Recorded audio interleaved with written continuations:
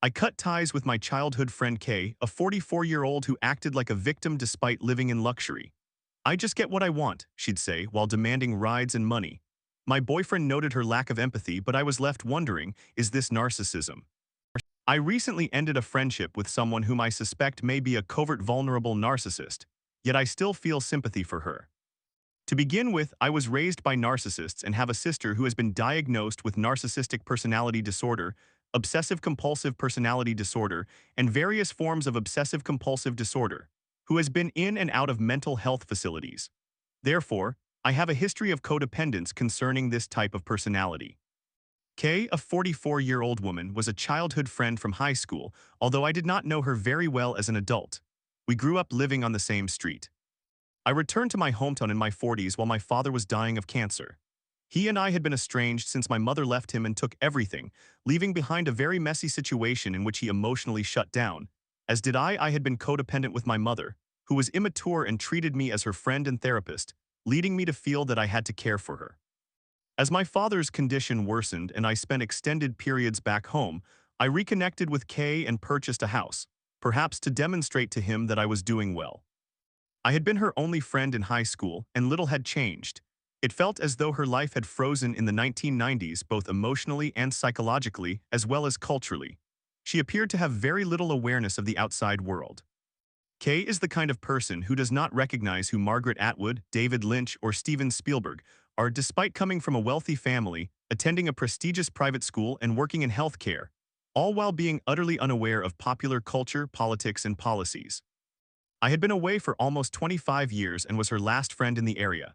She had not made any local friends since then, only a long-distance boyfriend who repeatedly indicated he did not want a relationship, which she disregarded, and a woman she attended graduate school with who lived across the country. Kay comes from a family with intergenerational wealth.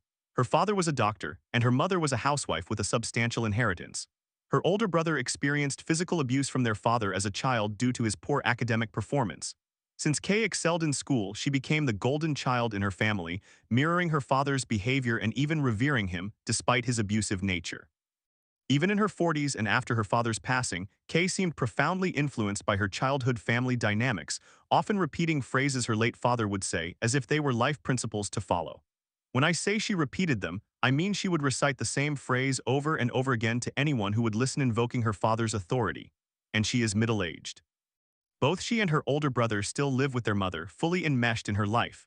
There were no boundaries or genuine emotional intimacy. Instead, it resembled emotional incest. They had not matured to the point of achieving independence or making their own career choices, nor starting families, all the while being excessively sheltered. When I moved back and purchased my first home as a middle-aged woman, her brother exclaimed, "Oh my God, you're self-made," as if he had never encountered an adult who bought their own belongings and was not still relying on their parents. I felt terrible for her and wanted to help her socialize and improve her self-esteem. Kay was incredibly insecure and appeared unhappy. Although she had previously struggled with weight and had transformed into an amazing shape, she consistently denigrated her own body. Out of compassion, I aimed to be the best childhood friend I could to her. However, there were some warning signs. When I briefly visited a decade earlier, we spent time together with a mutual friend, S, who had just had her second child. Kay abruptly turned to S and remarked, "Oh my God, I feel so sorry for you. Having children must be so awful." She also suggested that she and her mother disapproved of her brother's first wife, and warned him that if he married someone she disliked again, she would cut ties with him. I gently told her that it was inappropriate to feel that way. Yet when I returned a couple of years ago, she seemed more approachable, reminiscent of the sweet child I had known. In the beginning, I took pride in her healthcare profession, but she appeared to loathe her job because she had to listen to people's problems all day. That was a red flag right there. Kay often played the victim. Although she lived with her mother in a mansion, she acted as though paying bills and her portion of property taxes was a tremendous burden. She expressed a desire for an expensive car, but did not want to spend her own money or take a loan from her trust fund or individual retirement account. Instead, she persuaded her mother to loan her $10,000 for a down payment on the vehicle. Even without significant expenses, I found it puzzling why she did not have that amount readily available.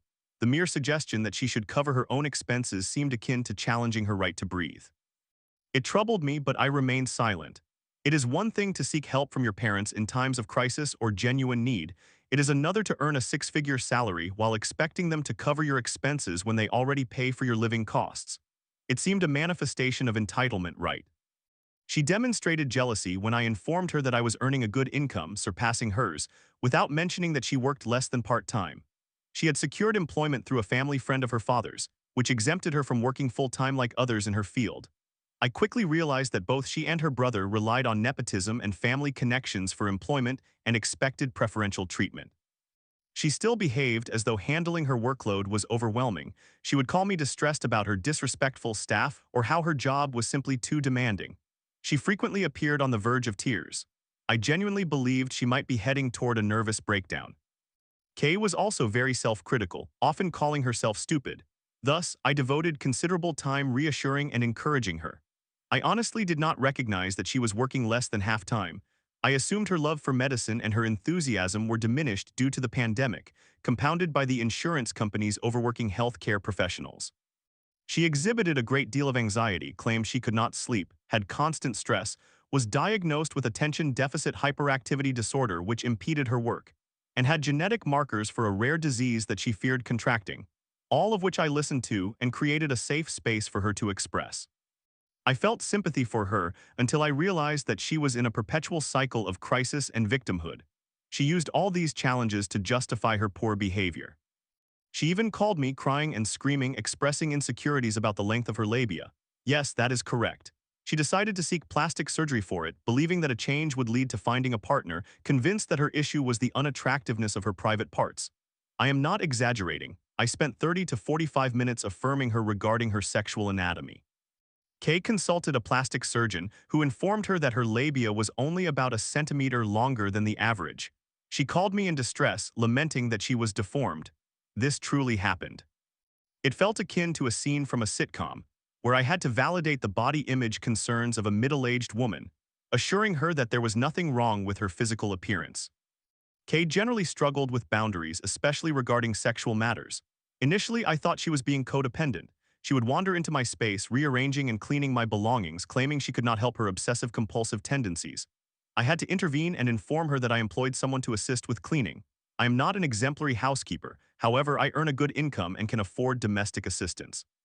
My job allows me to work from home, and I do not own a car, preferring to walk or ride my bike around town for exercise, while taking Ubers on weekends or for nights out. Kay attempted to use this against me. Because I earned more than she did, she would say things like, "You can employ me as your maid," or "Since you don't have a car, whenever I give you a lift, you should pay me like you would Uber." It felt bizarre since she supposedly worked 12 to 16 hours a day in a highly respectable profession. Why would I treat her as if she were service personnel? I gently expressed that I preferred to use Uber when needed. I had been living this way for over a decade across two major cities and had never asked others for rides. With the availability of rideshare apps, it was unnecessary. Moreover, I am reasonably successful and can afford an Uber. I do not have car payments to stress over. During our outings, I would cover the costs of drinks, food, and Uber rides.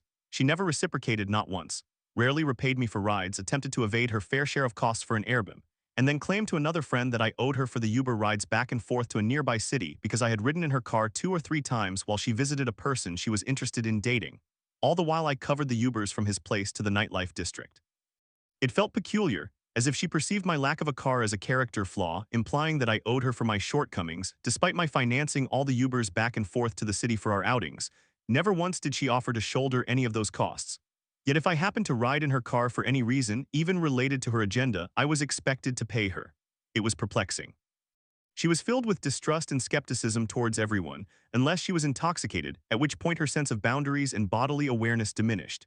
She groped my breasts in the hot tub multiple times while drunk, later justifying her actions by claiming she was envious of my breasts and could not control herself. She would shout, "I love cock," lay her entire body on others in the hot tub, proclaiming how she just likes it hard. In front of people who did not intend to engage in sexual behavior with her, and even collided with a sliding glass door, indicating her disconnection with her surroundings. It felt as though she had become an unruly octopus. When I began dating my boyfriend H in his 30s, she approached him and said, "I heard you really like to lick," after I had confided in her about our intimacy. It was an uncomfortable, almost predatory remark, and I had to illustrate to her why it was inappropriate by employing an empathy exercise. I asked her to imagine starting a relationship with a man, performing oral sex on him, and then one of his friends coming up days later to say, "I heard you enjoy giving blowjobs." This resonated with her somewhat. While she refrained from repeating that incident, she continued to attempt to create a rift between us in various ways. Kay was also disrespectful to bartenders and wait staff, seeking reasons to avoid tipping them adequately. Kay actively pursued a relationship with a friend of mine, Jay, who was in his late 40s, recently ending a relationship, and had previously been married to someone whom I considered a covert narcissist. She took it upon herself to pursue him aggressively. He insisted she attend therapy before he would even think about dating her. She did go to therapy, and the therapist indeed helped her address her treatment of wait staff and her responsibility regarding shared expenses. However, the way the therapist framed it was telling. Kay reported that she was changing her tipping habits because the therapist told her that if she tipped well, staff would provide her with better service. He did not frame it in terms of kindness and empathy, but rather as a self-serving tactic. I believe he understood the nature of the client he was handling. She also attempted to convince Jay that my boyfriend, H, was interested in her and tried to create conflict between us. She was very self-critical about her appearance in front of both of us, and my boyfriend and I continuously made efforts to uplift her. He is a very empathetic person, and we both felt deeply for her, discussing the necessity of helping her with her self-esteem. At one point, she even voiced her dislike of her private parts in front of him and attempted to get physical with him while intoxicated in my hot tub, which he gracefully avoided. Regarding my friend Jay, whom she was trying to date, he eventually agreed to become intimate with her but later confided that she had been so physically aggressive that he ended up with bruises. They saw each other for about a year, but he made it clear he did not want a relationship. Kay did not accept that.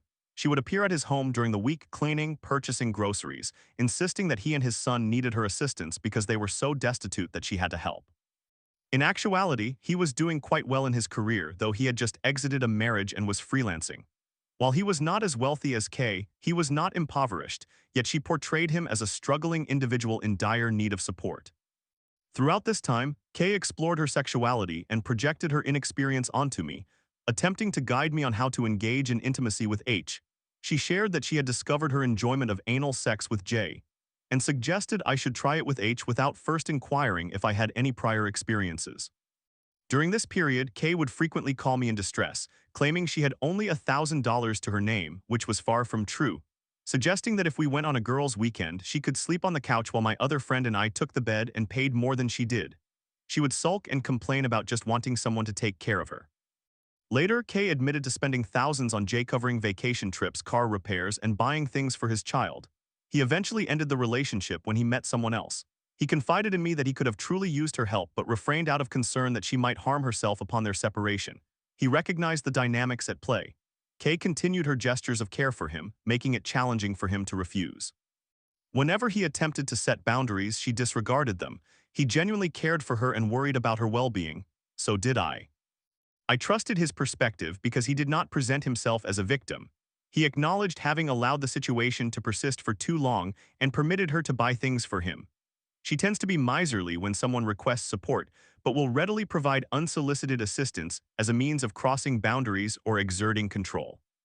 Jay repeatedly advised Kay that he was searching for something else and urged her to refrain from buying him items if it frustrated her.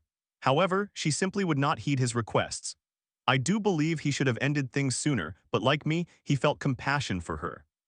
When I attempted to discuss the situation with Kay, explaining that Jay clearly stated he did not want a relationship, she would respond with, "I am very driven. I always get what I want. I obtain what I desire." I tried to clarify that people in relationships do not function in that manner. Consent is essential, but she remained unresponsive. When Jay finally terminated the relationship, Kay rapidly began dating the first man who showed her any attention. During this time, I worried she might harm herself as she exhibited shallow emotional responses. She even called me in tears, expressing that she might have to consider dating MAGA or Trump supporters to find someone regardless of political views. Individuals should not feel compelled to date those who do not share their values. Kay displayed intense envy. When I secured a fantastic job and project, we went out to celebrate. After consuming only a couple of drinks, she broke down in tears at the bar, insisting I should feel sorry for her and her brother. Her brother, who inherited his own medical practice, is a landlord, has zero student debt, and nearly 50 years old, still lives at home rent-free, making only $45,000 a year. I tried to explain that while I felt sympathy for the abuse he experienced growing up, I had my own mortgage and bills, had never received financial support from my parents, and did not feel the need to justify my earnings to her. While at the bar in public, she continued to cry in a manner that felt manipulative, as if she were seeking my pity. She consistently requested that I take care of her, implying a debt to her for the non-existent rides she had given me. It was profoundly strange. My boyfriend H also found her bizarre assertions unsettling. Her emotional outburst escalated to the point where my boyfriend H feared we would be asked to leave, so we escorted her outside, having to support her as we walked. She kept collapsing outside, crying, and he had to pick her up each time. Leaning on him, she shot me disdainful looks while claiming, "She is being so mean to me," as if trying to manipulate him and create division between us. I calmly arranged for an Uber. Indeed, I was the one covering the cost and sent her to Jay's place. Notably, she never offered to reimburse me for the Uber, nor did I request repayment. I felt embarrassed for her and worried she might be undergoing a genuine mental health crisis. Her behavior reminded me of my younger sister's occasional outbursts due to mental illness. The following day, I called her and she sounded embarrassed. I hesitated to confront her regarding her earlier behavior. Apparently, when she arrived at Jay's home, she became aggressively affectionate towards him, expressing her love and feeling ashamed of her earlier conduct. I felt compassion for her and wished to avoid shaming her. It resembled behaviors I had seen in women in their early 20s immature, as if she were experiencing her own adolescent phase. However, each time I attempted to discuss our friendship's deterioration, she reacted with fury and emotional coldness. Even when I suspected my mother was in a hospital and she wouldn't provide clarity, she coldly remarked, "Wow, I think you are more of a worrywart than I am." I had to elucidate that it was not unreasonable to be concerned about my mother if she was not forthcoming about her hospitalization status, which was a perfectly natural reaction. She also expressed her frustration regarding older individuals asking her health-related questions at social gatherings, despite those inquiries being about her chosen profession. She would say things like, "Don't you despise it when people ask what you do for work?" To which I would respond that I enjoyed my career and was generally pleased to discuss it. A few weeks later, one of my best friends from college returned after a holiday overseas to discover his father's troubling cognitive decline. I hosted a holiday party, and he inquired about his father's condition, to which she responded rudely in front of everyone, displaying zero empathy. The next day, when I attempted to discuss it with her, she acted as though he victimized her by wanting to talk about his father's health, despite the fact that we had been discussing it all week. I even visited his home to support him during this difficult time, but I suppose she considered herself the real victim here. A couple of weeks later, we visited a theme park where I was to meet a couple of friends from out of town. She trailed a small gay man around the park all day, convinced he was using the restroom too frequently and that he had an enlarged prostate. The atmosphere was extremely uncomfortable. She incessantly insisted that he suffered from a medical issue. On one hand, she felt victimized when someone asked her a health-related question regarding their father. On the other hand, she took pleasure in projecting a fictitious health concern onto a complete stranger who did not seek her advice. I suppose this reflects a need for control. Kay also awkwardly shared that she enjoyed closing her eyes on roller coasters to achieve sexual pleasure in front of two men she had just met. My friends from the LGBTQ community later reached out, asking if she might be experiencing a mental health issue. I decided to end the friendship shortly thereafter. I ultimately came to recognize that she was unlikely to change and realized that no amount of love, understanding, or patience could help her. My boyfriend H was incredibly supportive throughout this ordeal. He consistently pointed out that she was not improving and compassionately articulated her lack of empathy. He was patient with me as I navigated my emotions regarding our friendship. We both feel that her circumstances are tragic, and indeed they are. Is this what vulnerable narcissism truly looks like, or is it something else? Story 2. Caught in a whirlwind romance, I fell for my girlfriend despite her rejecting me twice. Now her selfishness and stubbornness are pushing me away. "You don't realize how much I'm working," she claims, while I'm left feeling unseen. After constant disappointments, is it time to end this? Hello, I am a 23-year-old male, and I have been in a relationship with my girlfriend who is 20 years old for a little over a year. For context, I actually developed feelings for her long before she felt the same way. We met through a mutual friend and began to build a friendship. A few months into our acquaintance, I started to develop romantic feelings for her. I confessed my feelings, but she rejected me on 2 occasions. During the first instance, she stated that she was not ready for a relationship and did not see me in that way. Although it was painful, I accepted her decision and attempted to move on. However, since we were in the same friend group, in my opinion, she continued to engage with me in a manner that went beyond typical friendships, leading me to believe she might have some feelings for me. We would communicate for hours each day and video chat until 2 a.m. I was still trying to move on while this was happening. One night, we went out as a group and got drunk, resulting in us holding hands and dancing, which made everyone believe something was developing between us. The following day, I had another conversation with her about her behavior as I was clearly fond of her, yet she seemed to reciprocate some feelings while still denying them. Once again, she rejected me. This pattern continued for months until it became exceedingly confusing, prompting me to have a third conversation with her, during which she finally confessed she had feelings for me and wanted to give a relationship a chance. Since that day, we have been together. She has been very affectionate and caring, and we enjoyed a wonderful summer together, which I remember fondly. Recently, I have been feeling frustrated with her. I sense that she has changed, becoming somewhat more selfish and stubborn. This has led to frequent arguments between us. While I understand this may partially stem from her being in her final year of university and experiencing stress, I also feel that some of her actions are unjustifiable. Although I initially fell deeply in love with her, I find myself losing those feelings due to constant disappointments. We both have our challenges. I come from a very traumatic childhood, which may sometimes surface during conflicts, but I also believe she has numerous issues that can be exhausting to navigate. From what I have gathered regarding our most significant arguments, she seems to struggle with empathy, as she does not seem to comprehend what others go through. In my opinion, she has serious communication problems. She often misinterprets what I say, and I do not feel heard much of the time. It is as if she exists in her bubble and then blames me or others for not communicating adequately. For example, one day there was a significant event in town for winter celebrations. I, along with my housemates, lived a bit further away while she resided in town. Anticipating large crowds, I decided to take the bus to avoid the hassle of parking. I informed her of this, and we agreed to meet in town 30 minutes before the festivities began so we could experience the moment together. However, when my housemates and I attempted to take the bus, it was either delayed or canceled for some reason. We opted to take the train, which took a little longer, and we arrived 10 minutes before the event started. I did not have the chance to call or text her because we were walking in the pouring rain to get to the train and then from the train into town. I sent her a message as I disembarked from the train, stating that I had just arrived and that it would take around 15 minutes to walk to her location. Although she read the message, she did not reply. I called her multiple times to ask where she was so that I could meet her, but she ignored my calls, clearly annoyed by my tardiness. By chance, I finally spotted her in a coffee shop and inquired why she had not answered my calls. She admitted she was irritated with me. As a result, we were not together at the official start of the celebrations, which is typically a romantic moment to share with one's partner, all because she was upset that I was not there at the designated time half past, and because I took too long to inform her, even though I did not believe it was an unreasonable wait. We had a major argument about this. I felt hurt and disheartened that she was so fixated on the time that she failed to be present with me at that moment, and it frustrated me that she was so inflexible and rigid. More recently, we had two major arguments within a week. Last week, I needed her assistance in organizing some clothes in my room, which she had expressed a desire to help with for some time. I finally felt motivated to do it that day and asked if she could come over later to help. She mentioned that she would see if she could, but she was focused on meeting her deadline.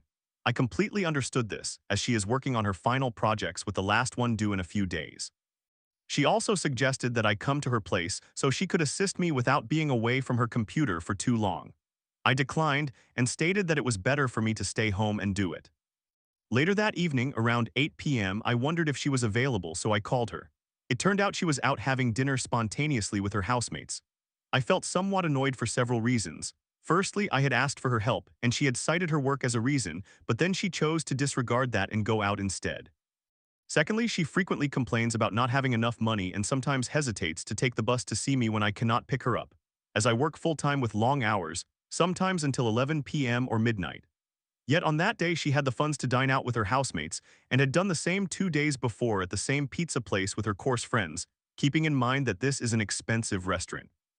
To be clear, I have no issues with her going out with friends, but given the circumstances I mentioned, I felt overlooked and hurt. I addressed this with her and she responded with, "Oh, I didn't realize you wanted it done today, and I was trying to please two different sides, I couldn't help it." In my opinion, she was juggling two commitments, one to me and one to her housemates, and chose the more enjoyable option. Moreover, she did not want to take the bus to my place.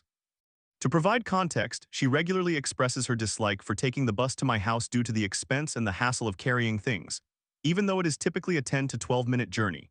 She often asks me to drive her home, even when I have to head to work, and I've almost been late to work because of that before. I work for an app-based delivery company, and if you are late by even 5 minutes, your shift gets canceled. We had an argument over this, and I did not want to see her for a few days. Eventually, she broke down and came to see me, taking a taxi at midnight. In the most recent argument last night, I was working until midnight in a town 40 minutes away from where I live when she sent me a message asking if I wanted to stay over that night. Given that this weekend is critical for her deadlines, and we had previously agreed to stay at our own places until she submitted everything, I was surprised. She mentioned that her flatmates had all left for Easter and that she felt lonely and missed me. I told her that I could not stay the night because I needed to prepare for work the following day and would be finishing late that night. However, I offered to pick her up and let her stay at my place, which would involve a detour from my route home. She indicated that she would prefer not to stay because she wanted to get work done the next morning. This frustrated me because it seemed that she was willing to ask me to come over whenever it suited her, regardless of the implications for me. Even if I had stayed over, she would still need breakfast and would want some time in the morning to cuddle, which is something we both enjoy. My point was that she could do that at my place and stay overnight if she wanted to see me. We could also have breakfast together the next day and she could take the bus home, which she dislikes, as mentioned previously. She can work from anywhere using her laptop, while I need to be at my place to prepare and cook for work. That's the primary difference for me. However, as long as I make the effort, she wants to see me. The minute it inconveniences her, she suddenly loses interest. Oh, I'm too tired and I want my own bed tonight. I need to get work done tomorrow. I asked her if she had considered that I might also be tired from working for 10 hours that day and might want my own bed too. There is no aspect of staying overnight that would prevent her from doing work the next day. She could leave before I wake up to go home and work if she truly wanted to. I feel like she does not take my circumstances into account. If she needs to focus on her deadline, she should not ask me to come over. If she wants to see me, she cannot complain about needing to work the next day. She cannot have it both ways. We argued over this and we are currently not speaking. I told her to message me after she submits her deadline so we can discuss things.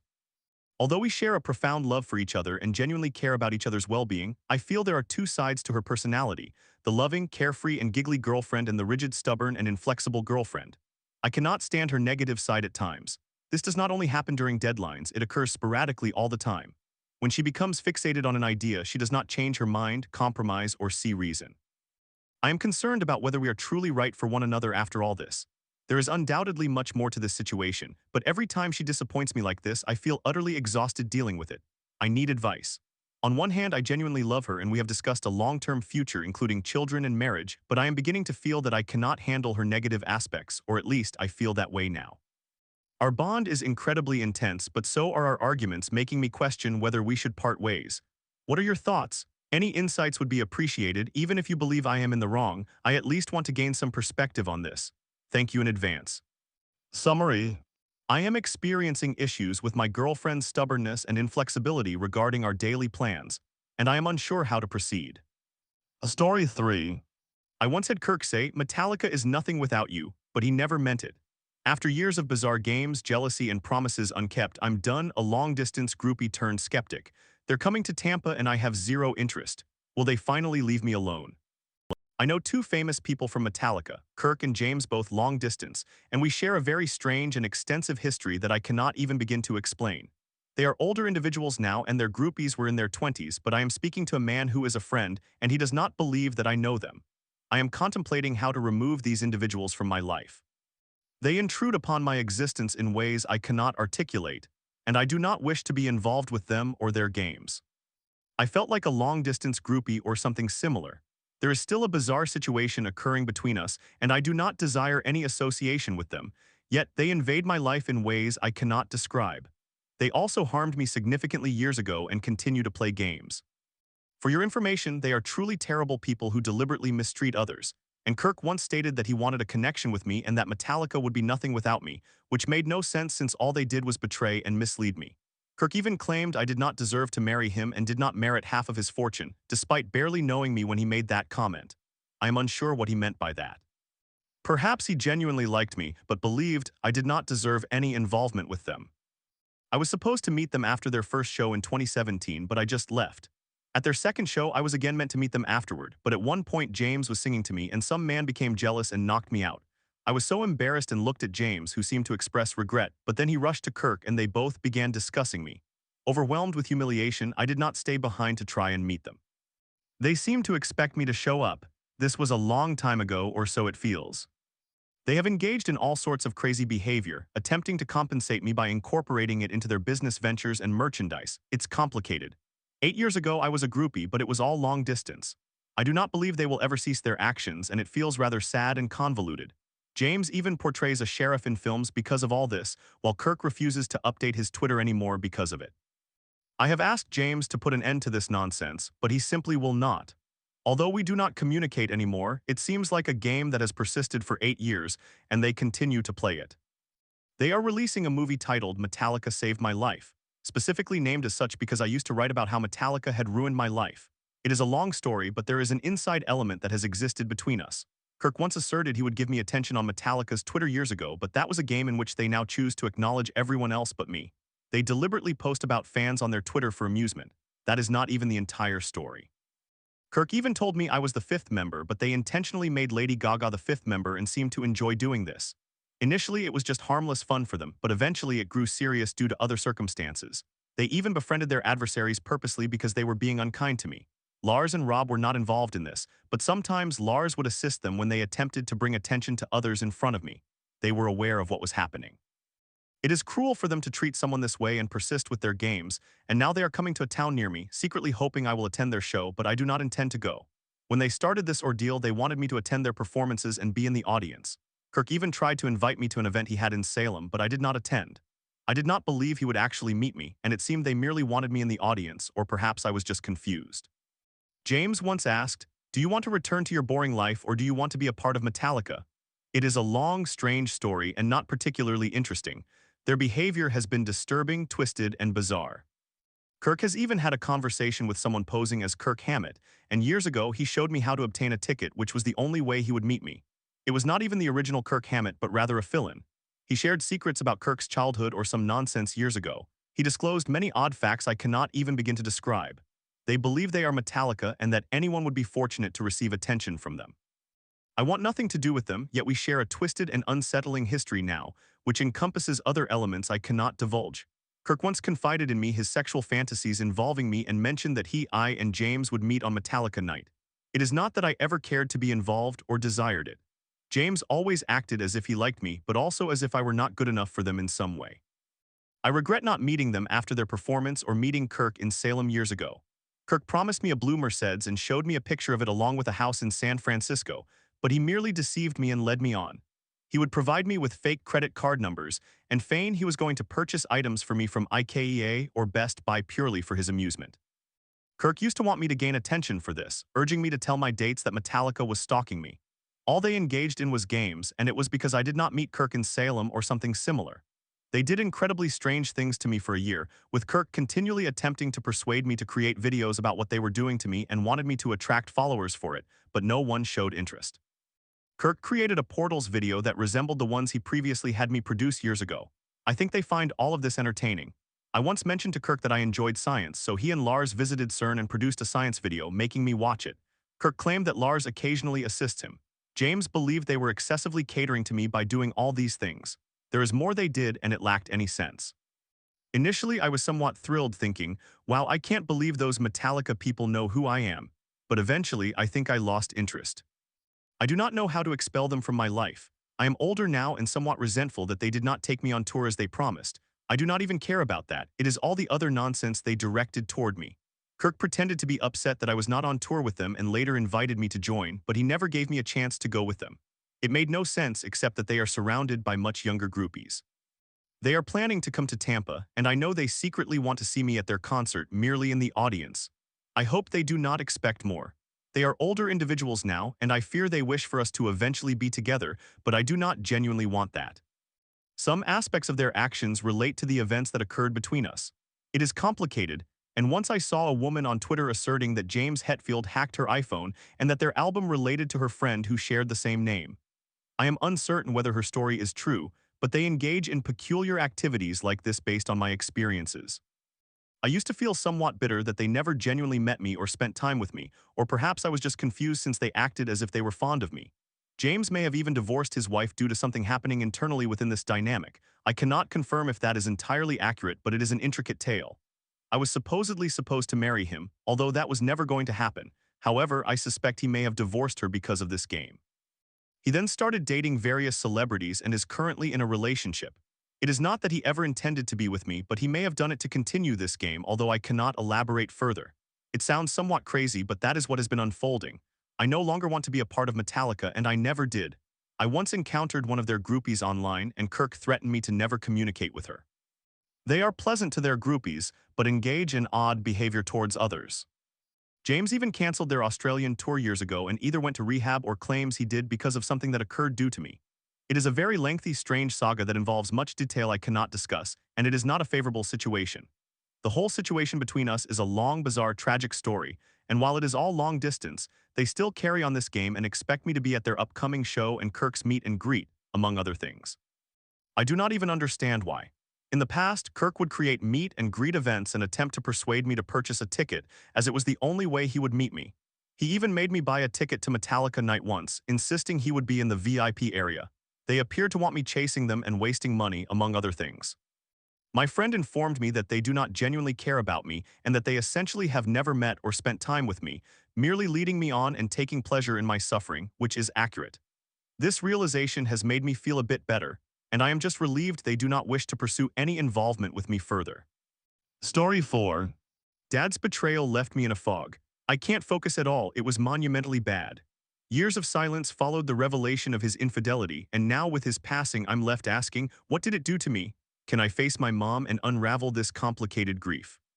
This post is lengthy, but I appreciate anyone who takes the time to read it all. I just need to get this off my chest somehow. A summary is at the bottom, thank you. I am unsure if I should be posting this, but it has been on my mind. It feels strange to think and speak about it because I have never properly discussed it with anyone directly involved, and I mostly rely on vague childhood memories, which leads to something akin to cognitive dissonance, denial, or a sort of fog. It is very uncomfortable to contend with, and as someone who is generally introspective, it is somewhat bizarre to have this impenetrable barrier where I cannot fully comprehend what happened and its effect on me. I suppose my motivation here is to hopefully gain some clarity. Anyway, when I was about 7 years old, I am not exactly sure how old, but 7 is the age that always comes to mind, my parents informed me that they were going to marriage counseling. They explained that a couple seeking counseling does not necessarily mean that the relationship is troubled. Rather, one partner simply wants it to be stronger, likely anticipating that I would be anxious about the whole situation. I accepted that reassurance. The counseling took place in someone's home. Is that normal? And my parents would talk to the counselor in one room while I occupied myself in the adjacent room. During one of the sessions, possibly the very first one, I am not certain, I heard my mother crying in the other room and recounting an emotional story. I do not know if I was curious or concerned. I was probably upset because my mother was upset, but I made the mistake of deciding to eavesdrop a bit. Honestly, what was I thinking? I do not remember everything I overheard, but I recall my mother discussing infidelity, and I hope she was talking about her high school romantic interest that I knew about. At some point, however, something she said confirmed that it was my father. There were mentions of one person performing certain acts on another. I cannot remember all the thoughts that raced through my mind upon this revelation, but I felt awful. It was likely a sensation of the world crashing down around me. All I remember is that I attempted to return to working on my math homework, but I simply could not concentrate at all. It was monumentally overwhelming. Afterward, I ended up telling both of them, or at least just my mother, about what I had overheard. My mother was not pleased with this, understandably. She was upset about the situation, not unhappy with me. She expressed sadness and stated that she did not want this to alter the way I viewed my father. I remember the place where we had this conversation and the little details, but any further repercussions of my discovery are not accessible in my memory. It has been over a decade and I have never once discussed it with either of my parents. We continued on as a typical family unit, and in many ways it was as if nothing had occurred. However, there were evidently still issues between my parents. I did not understand, and I still do not. It is a strange sort of fugue, recognizing that something is wrong but not knowing its true nature. Not to get overly poetic on you, but that is the best way I can describe it. I was always so distressed when my parents argued. It felt as though my mother was consistently upset with my father during these conflicts, while he rarely expressed overt frustrations.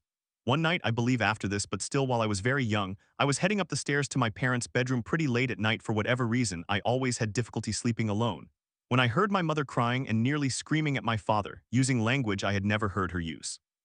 I returned to my bed and just cried, feeling terrible. On another occasion, my parents went on a date night together, and when they returned, I spoke with my mother and something felt off. The next day, she took me for a walk, sat me down, and told me that she had discovered during the date that my father had been dishonest with her. If she was more specific than that, I do not remember, and that he would be staying at a hotel for a few days. I think throughout the years, deep down, I often worried about my parents' relationship and their love for one another. However, they did stay together and we continued to function as a normal family, although nowadays, I am left wondering if they only stayed together for my sake, which naturally makes me quite sad.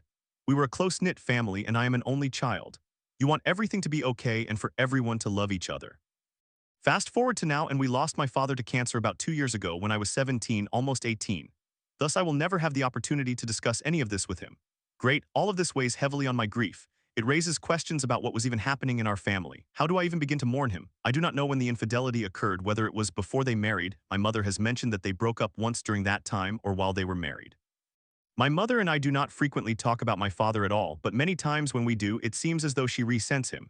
She does not openly complain, but implicit grievances emerge when she speaks of him. I cannot recall a moment when she has truly reflected fondly upon him. It is disheartening. I have discussed this with a couple of therapists, and several of my friends know some of these details. The first person I ever mentioned it to out loud was my fifth-grade boyfriend, just out of the blue. Afterward, it took years before I brought it up to a therapist I saw for a while, probably when I was in high school. I plan to seek another therapist sometime this year. I think this might be my very first time writing any of this down. However, my mother and I have never truly discussed this, and there has been no mention of it since the incident itself. It is rather strange. I feel like I might be getting to a point where I can raise the subject, but I am of course fearful, and that is a whole can of worms that I might not know how to handle. I just feel the need to understand what happened and how it affected us and me, especially considering that I was an anxious and sensitive child. Growing up, I was very close to my father. He was a very engaged parent who always played and spent time with me, and I loved him dearly.